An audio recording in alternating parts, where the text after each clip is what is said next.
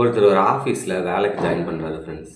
And அவருக்கு அமைதியாக இருக்கணும், சாப்பிட போனால் கூட தனியாக போகணும், புதுசாக ஏதாவது ட்ரை பண்ணிக்கிட்டே இருக்கணும், இந்த மாதிரியான ஹேபிட்ஸும் இருந்திருக்கு. ஆனால் அவர் ஜாயின் பண்ண ஆஃபீஸ் அந்த மாதிரி இல்லை. எல்லோரும் எப்பயுமே சத்தம் போட்டு பேசிக்கிட்டே இருக்காங்க. கேன்டீன் ஏரியாஸ் எல்லாம் எப்பயுமே க்ரௌடாகவே இருந்திருக்கு. இதெல்லாம் பார்க்கும்போது அவருக்கு ஒரு மாதிரி வியர்டாக இருக்குது. அண்ட் ரேண்டமாக ஒரு இடத்துக்கு போயிட்டு இருக்கும்போது கீழே இருந்து ஒரு ரிமோட்டை ஃபைண்ட் பண்ணியிருக்காரு ஃப்ரெண்ட்ஸ். அந்த ரிமோட்டில் இருக்க ஒரு கீயை ப்ரெஸ் பண்ணும்போது எல்லாமே அப்படியே பாஸ் ஆகி நின்றுருக்கு.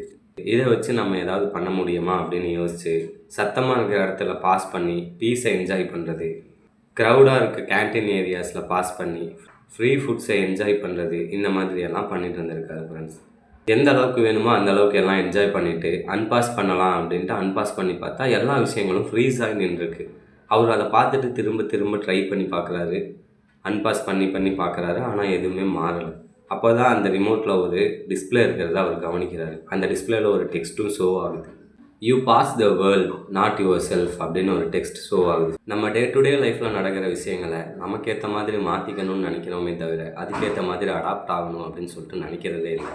அந்த மாதிரி நடக்கிற விஷயங்களை நம்மளும் கூட சேர்ந்து என்ஜாய் பண்ணோம் அப்படின்னா நம்ம லைஃப் நம்ம நினைக்கிறத விட இன்னும் ரொம்ப ஹாப்பியாக இருக்கும்ல ஃப்ரெண்ட்ஸ்.